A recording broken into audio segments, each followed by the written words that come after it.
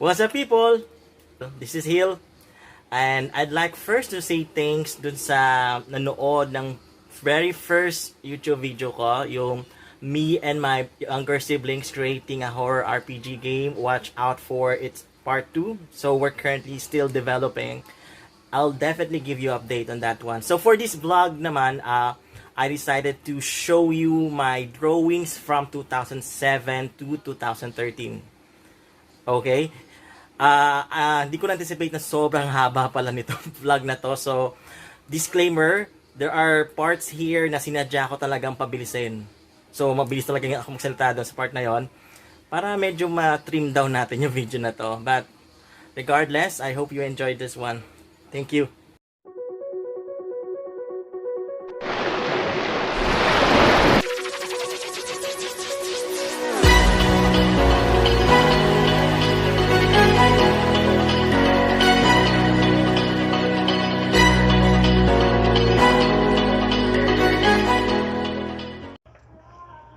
So, first is nung 2007. So, it is, graduation ng 4th year high school. We're doing practices na lang. So, tapos na yung periodical test namin. Ito yung first kong Ito, sa notebook ko pa to dati, nung high school ako. So, ito yung date Kasi I have the habit of putting dates kung kailan ko din drawing. So, this is the back of my old notebook. So, characters yan. Okay. I honestly forgot the names na nabili ko sa mga to. Well, ako kasi, fan talaga ako ng anime ever since I was in elementary. So, yun, I've been watching a lot of anime stuff. So, 90s kids, lahat ng Dragon Ball, Flame of Recca, Fushigi Yugi. So, I got inspired of drawing anime. So, yun talaga actually forte ko, anime. So, hindi ako yung sa art na parang sketching something.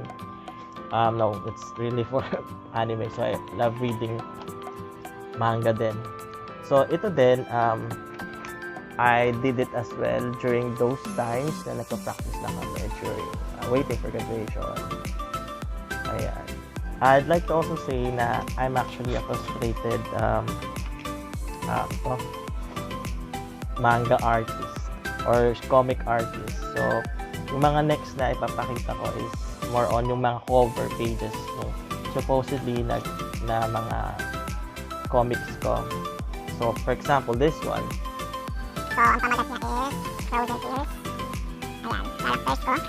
Ito na, actually, kalimutan ko yung name ng binigay ko sa mga. Ayan. I actually tend to have lots of story concepts sa isip ko. So, well, maisip akong concept, and then, well, I try to do the characters. This one as well. Ayan, ang title nito, Kaleidoscope. So, two of the main characters, I'm thinking na best friends sila. Yeah, best friends. Kasi meron silang matching bracelet. That's like, nagawa siya sa boy. Typical na story. Anyway. Sort of like that as well. Hindi ko lang alam ko ng title nito. Ako may mga, ito pa, another version ng Frozen Tears. Sa back of notebook. So, mapapansin nyo sa iba-iba kasi yung itsura. So, actually, pinipage ko pa kung ano yung itsura ng main character. So, sa iba, pusa yung Pepsi ko bakit. You can see? Ayan. So, more ako light art lang, tapos kukulayan ko lang siya ng color pencil. This one. Pang straightforward ng title, Ice. Ayan siya. So, 4th year high school to go. Diba sabi ko nga, I'm a frustrated comic artist or comic na.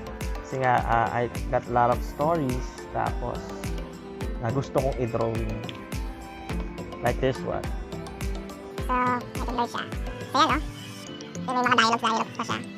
So, nag-effort ako ng second page. Like, may kulay na. Yan, Actually, babasahin ko halos ano ba. Tapos ito dito. Ito yung sa eyes. Kasi ito yung characters. So, ito yung cover. Ang story na to. Eyes. More on, siguro yun yung power. Kaya eyes. Well, exactly. Power na laki. Eyes na. Well, tell me guys if you're interested to know kung ano yung mga dialogue. Diba? So, I'll make a separate video perhaps na i-scan ko or pakita ko kung ano yung mga pinag-uusapan nila.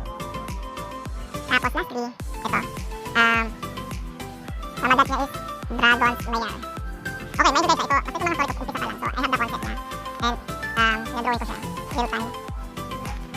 Ako kasi, if I have a nice story idea, notes ko. So, meron pa akong mga previous, nasa akin pa yung mga previous notebooks ko. Tapos yung mga notes ko kung ano mangyari sa events. Ayun, basta yan, marami. Yung puweba talaga na nagsusulat ako.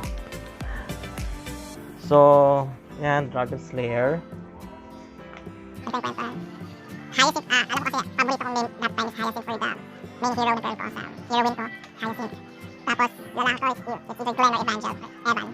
Yung lagi kong nagamit na names nila. So, yan, cover. And then, ito. Kulay pa ako, effort pa ako. Ayan, na-effort. Ito tayo. Pao. Ayan. So, sabihin nyo lang guys, kung gusto nyo mabasa or makita yung buong script. Ayan. Okay, so that's it. Hindi ko natin naman. A few moments later. So, for 2008 naman, of course, I also tend to draw mga random drawings na na-inspire lang ako or naisip ko lang. Great example is this one. So, it's a girl lost in the woods, tapos may wolf. Another one. Kasi mga panahon yun, ang dami kong color pencil. This one, siguro nasa gera siya. Tapos may hawak pa siya yellow rose with blooded hands. Nag-continuous yung concept ko. I think yung pinaka hinip kong story is yung title na Frozen Tears. Tapos parang iniisip-isip ko na kung anong mangyayari. Ito. Si Hyacinth. Ayan, diba? So, tinatry ko talagang ano yung sa manga, dark, may lines. Pero I want the ice color para like may expression. So, ito si Hyacinth. Inisip ko to yung scene na to, yung tutulog na siya eh. Then, parang magka siya sa ibang lugar. Parang ko through dreams. Tapos, biglang pag gato na siya. Yan. Si Hyacinth is isang priestess eh. Pagkakatanda ko, sorry ko siya. Priestess siya na may kapangyarihan ng pagkili. Basta malakas yung powers niya. Maraming may gusto kumuha sa kanya. Ito, magkakonek. So, ito, diba si Hyacinth? Tulog siya, tapos biglang nagising siya. May nakita siya, isang scene. Ito yun, in close up. I think Evangel, si Evan. Evan sila nalak. Okay, si Evan sa si Hyacinth. Umiyak si Evan kasi patay na si Hyacinth. Si Hyacinth ito siya, diba? So, nakita yung scene na yun. Tapos, tinanong niya, ano bang nakalagay? Wait lang, let me just read. So, okay, iyak si ano. Sabi ni Evan is, but it's too late. She's dead. Because of me. Hyacinth's dead because of me. Iyak si Kuya. Drama. So, ito yung isang sketch ko. Si Evan, powers. So, si Hyacinth, parang nagkamakawa si Hyacinth. Pero itong si Evan, ewan ko, possessor or something, mas naugali niya. Pinatamaan niya si Hyacinth. So, ito yung una. Kaya lang, syempre, kasi since kailangan kong i-match na ganito, dinrawing ko siya ulit, which is this one.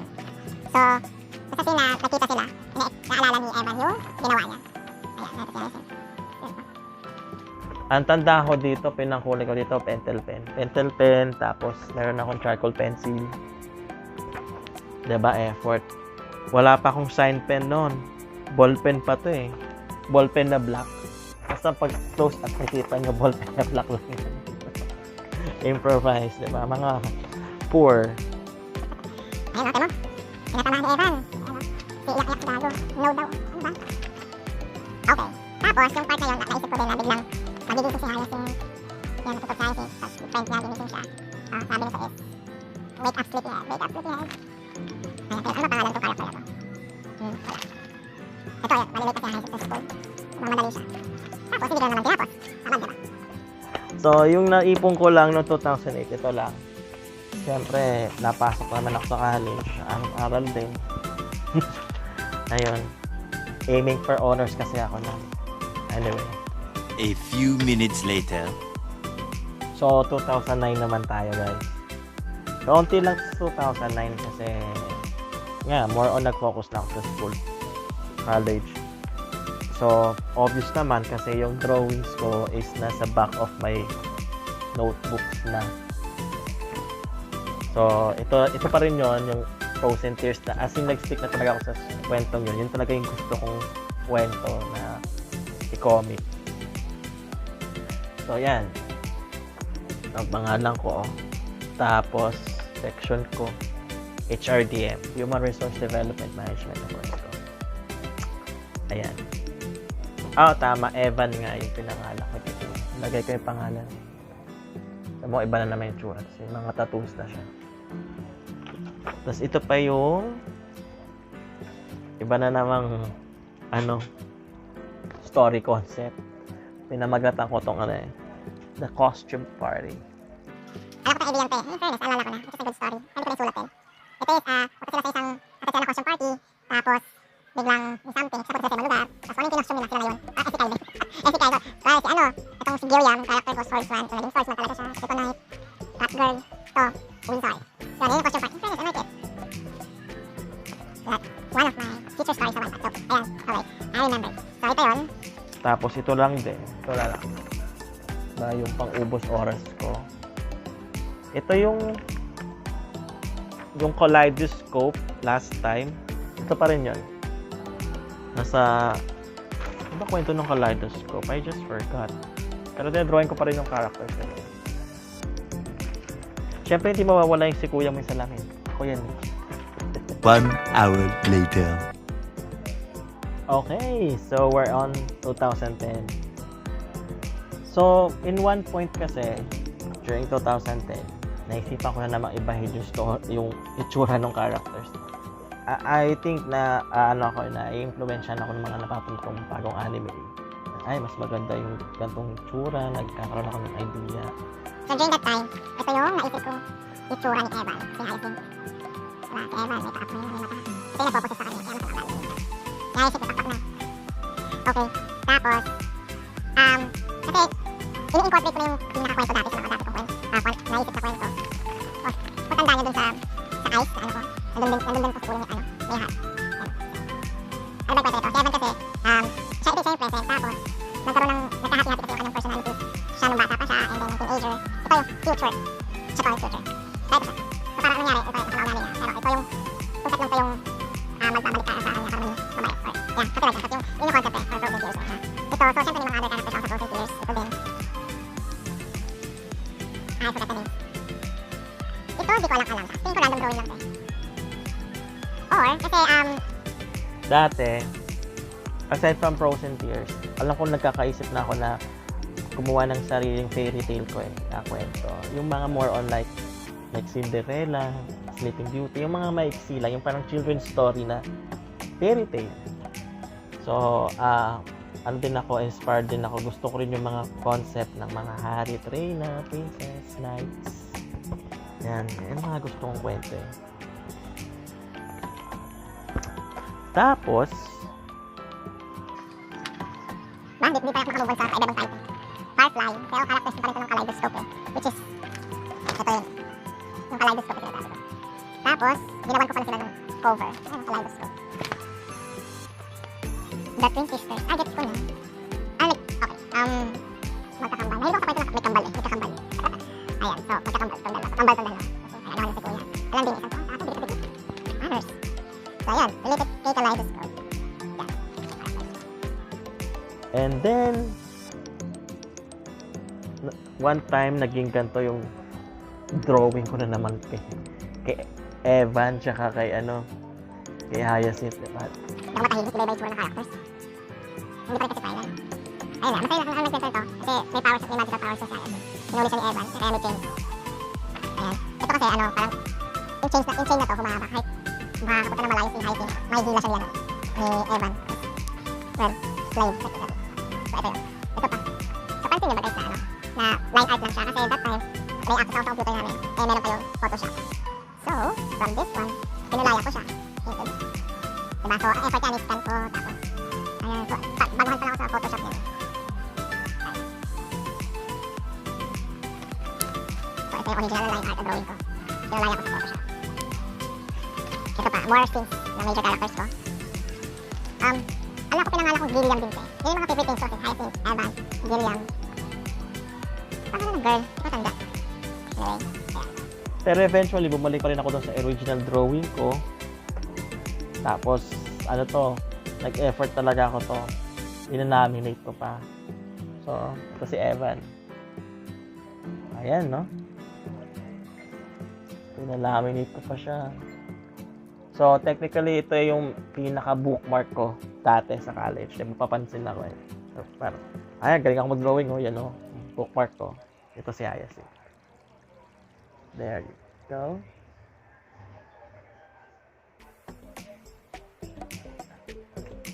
Ayan. Mga bookmarks ko nung college, diba? Panis. One line down. Diba? Kawawa siya, api ni Evan. Tapos pinaka-send, yak-yak si Gago. Ayan, oh. Tapos tuwa pa siya na balot siya ng change siya. So, that's it na for 2010.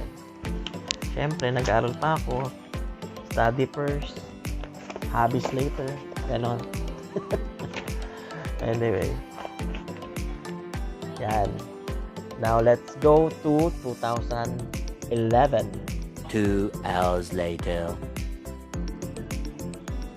Okay, so we're now at 2011. So, yung 2011, yung binarowse ko yung mga drawings ko, I realized na wala akong nakadate na 2011. So, isip ko bakit wala akong drawing na 2011. I realized na during this time naman, kasi nga may pagka-lazy ako, diba? Mas inisip ko na ngayon mag-write. Tapos, and I decided first to focus muna dun sa, diba I mentioned earlier na I'm into fairy tales. I like the story of kings, queens. So, ang ginawa ko, nagsulat ako ng 7 sarili kong kwento. Original. Okay, so ito yung parang binigyan ko ng oras. Ayan o, tatanda ko to, pinay ko pa ito manually sa, para ma-save ko. Kaya ako init ko pa dati, sa drop siya, kaya ko siya. Para nandun lang siya, para makakita sa computer, kung kahit saan man. Kaya ako kasi hindi ko uso yung Google Drive or something. Ayan, so ito yung mga titles ko. The Doll Queen. Comment down guys if you'd like na basahin ko sa inyo. No, I'll have a separate a separate video na basahin ko to. Or actually iniisip ko na itong mga to hindi ko pinost sa Wattpad. Well, initially sila yung una kong pinost sa Wattpad. English kasi to eh, pure English. Kasabayan kasi nung pag-join ko sa Wattpad is yung mga diary ng pangit, basta gano'n, yung mas sikat yung mga Tagalog, yung mga Taglish. So, iniba ko yung concept. Nag-isip ako ng isa na Tagalog. Tapos may related sa Pilipinas. So, dun lumabas yung concept ko ng elemento. So, yun nga, sa Wattpad, my story there is elemento. Na you can check out. Okay. So, yan. Ito, The Doll Queen. In a faraway kingdom. So, diba? Tapos, so, aside from kings and queens and princesses and knights, gusto ko yun ng musical. Diba? Yung mga gusto ko pang nerd or pang high class. Joke. Mahilig kasi din ako sa mga opera and mga ballet dances. Diba? Gusto ko yung mga ganun, mga theater. I like it. So, one of my favorite stories is yung Phantom of the Opera. Dahil super inspired ako, gumawa ko sarili kong kwento inspired by that. Pinamagatan ko The Opera Ghost. Ito, medyo mahaba to eh. May ilang chapters to eh. Kaya ito mahaba kasi yung ilang mga songs sa Phantom of the Opera, tsaka yung sa part 2 ng Phantom of the Opera, yung Love Never Dies, sinasama ko sa musical siya. Kasi kung ito iniisip ko siya dati na movie script tapos musical, may mga part na may kanta, basta lahat ng kanta ng Phantom of the Opera. Ayan So, yan yung second story ko. The Opera Ghost. Yung third naman is yung Star Necklace. Okay. The Star Necklace. Mga fairy tales to guys. Pero more on like related to love, magic. The Ghost Bride. Diba? May sa Ghost. Pero Ghost Bride. The Slavery Vow. Basta guys, comment nyo kung gusto nyo malaman. Or push me na i-post ko sa Wattpad para mabasa nyo. The Magical Mirror. Diba? Kwento ko. Ito to. Dami ito. And The Princess Portrait. Tapos, diba, naisip ko na more on writing. So, I dreamt to have my own book. And then, I made sure kasi yung 7 stories ko na ginawa kong fairy tales is related sa isa't isa, interconnected. So, may 2 kingdoms, tapos per kingdom, may kasi ito lahat mga royal blood or mga nasa high class, mga aristocrats. Countess. So, yung pinaka main kingdom or pinaka main continent, tinawag kong Wayland. So, ito yung inisip ko na yung pagkasama-sama ng kwento nila The Nobleman of Wayland. Pinirin ko siya in a way na pwedeng gawin book. Ang plano kasi, siya, diba ipin ko, tapos isa-bookbind ko dito. Tapos pag binuksan mo, para siyang book. Diba? Tamad din ako dito nun. Pero yan, I made a few sketches here. Pinagawa ko tayo sa storybook. Ayan. Drawing ko yan. Diba? Yung mga typical na fairy book. Fairy tale book. There we go. So, yan ang pinagkabalan ko ng 2011. So, let's go to 2012.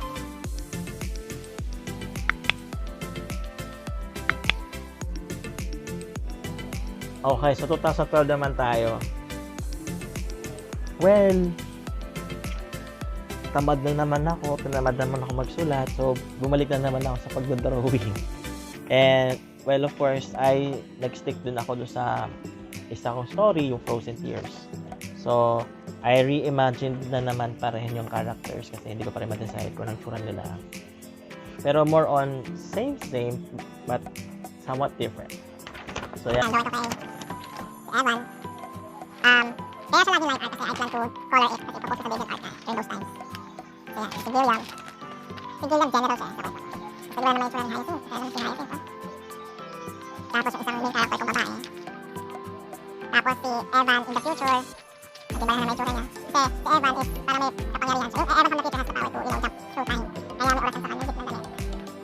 Tapos, ayun. So diba gumawa na ako ng stories ko na favorite na kings and queens. So I decided to incorporate yung kailang story sa Frozen Tears, diba? Kasi gusto ko magkakarelate to them. So, meron naman ako ng Reyna, which is same lang din dun sa, basta same characters lang din to dun sa kwento ko dun sa fairy tales ko. Hari. Isa pang hari. Yan. And then, kung sino man to, pero sino kalaban to. Tapos, a few more na other characters. Hindi ko alam yung mga names I forgot to write their names at the back. Okay. Diba? Frozen Tears talaga ako. Tapos, na-inspire na naman ako na gawing detalyado yung drawing ko sa kanila. So, ito naman, si Evan. Ito na naging drawing ko. Evan in the future. Diba? So, nag-effort na akong mag-sketching pencil. Dito na simula yung, mas gusto ko kasi traditional. Parang mas traditional ko na lang. Ito na lang. So, anyway na. Tapos, ito, sketch ko kay Evan. Okay, yung kulto siya. Ayun ang kulto. Nakalagay niya. And then, Hyacinth. Okay. Tapos si Gilliam. Ito, alam ko talaga ito yung ano ko kay Gilliam, draw ko kay Gilliam kasi general siya tapos sisisi niya yung sarili niya sa pagkamatay ng isang malaking town. Kasi siya yung nag-utos na pabombahin nila. So, which is a mistake. Kaya ito, parang sinadala niya yung pagkamatay nila, sisisi yung sarili niya. Tapos ito yung partner ni Gilliam. Parang wizard na ang power is water. Okay.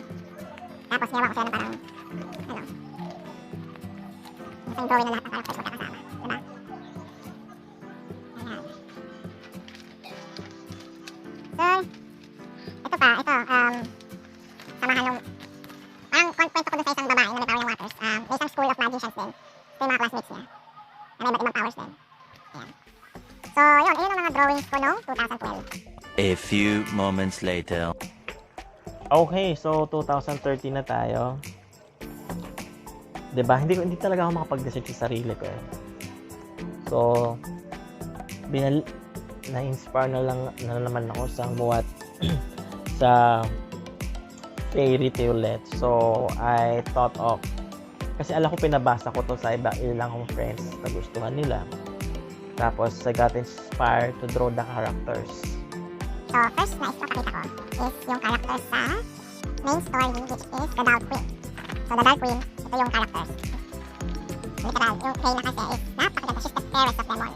Na halos napaka-perfect. Parang balikan sa kagandahan. Kasi ito yung kanyang lover. Duke pa, isa yung Duke. Pero hindi ko siya kwento kung bakit may kutsing dyan. Sabi niya sa akin sa baba, gusto nyo, i-kwento ko. Suppose to Wattpad. Just push me, para gusto ko kwento nila. So, that is the Dark Queen. And then, diba, yung the Opera Ghost. Ito yung characters nila. Ang diba sabi ko, in-inspired talaga ako sa Phantom of the Opera. So, may masking to. Parang beauty and the Beast. Yung gown. Anyway, yan. Yan yung characters of the Opera Ghost. Then, Star Necklace. Star Necklace. Jenny Vivian Power, yung baba. Characters of Star Necklace. Star Necklace is the Princess of Stars. So, doon na umiikot yung kwento. And then, the Ghost Bride. Well, siyempre, wala tayo sa name. Inakasal. The Ghost Bride. And then, Slavery Vow. Slavery Vow. Ito yung characters. Slavery Vow. Yan. May mark kasi. Ito mark na to. Ito yung mark na patunay na siya sa slave. Tapos ito yung master. So, siyempre, ito na love story. Pero interesado kayo kung bakit the slavery vow tayo. Just advice nyo kung gusto nyo naman. I just advice.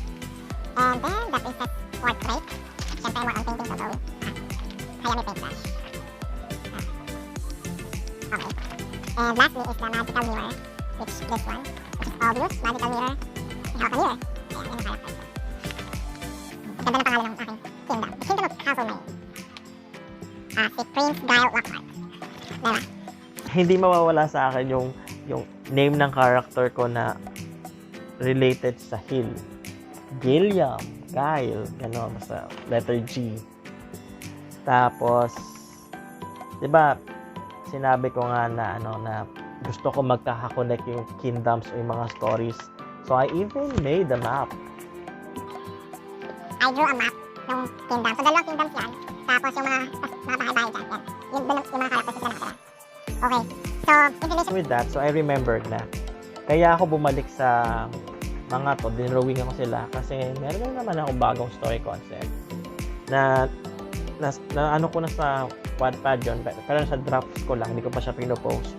Pero matagal na, hindi ko pa na-update. Hindi ko pa pinopost, wala nakakalap. Pero yun nga, mayroon ako story na isang character na hindi supposed to be in that story sa mga to. So, ito yung original book. So, yun nga, The Nobleman of Wayland. Tapos, sa present time, sa mga tao, may nakakita ng book. Tapos, for some reason, nahigop siya sa inside the book. Tapos, tagulo na yung kwento. So, ito siya. Ayan, ito yung character na to. So, yung parang pagpasok niya doon, napunta siya sa kwento. Tapos, mga damit ng princess. Kasi nagulo. Ang ngayon, may isang character, may isang prince dito na magkakagusto sa kanya. Kasi nagkamali. Nakuha yung role. So, ito pa, kwento sa kanila. Ayan, ito pa. The Black Knight. So, isa din siya na character na walang kwento. Isa siyang character na walang kwento. Tapos, all along, ito yung twist. May sarili talaga silang kwento. Sila yung main characters. Itong si ate girl, hindi talaga siya dapat sa real world. Character talaga siya sa book na may kumuha lang sa kanya. Gandang concept yun, maging kayahin. Pang Wattpad. Anyway, yan, that's it. Okay, so there you have it. So, I know napakahaba nung video na to first. Hindi ko na-anticipate yung haba niya. So, I'll try to trim it down. Pero kung gano'n siya kahaba, that's it. Sana hindi kayo na-bore. And I kept you interested, with my show and tell ng mga drawings ko from the past years. After 2013, kasi 2013, doon na ako nag-start magsulat sa Wattpad. So, yung mga next na drawings ko is related na doon sa mga characters ko sa Elemento, sa ibang kwento.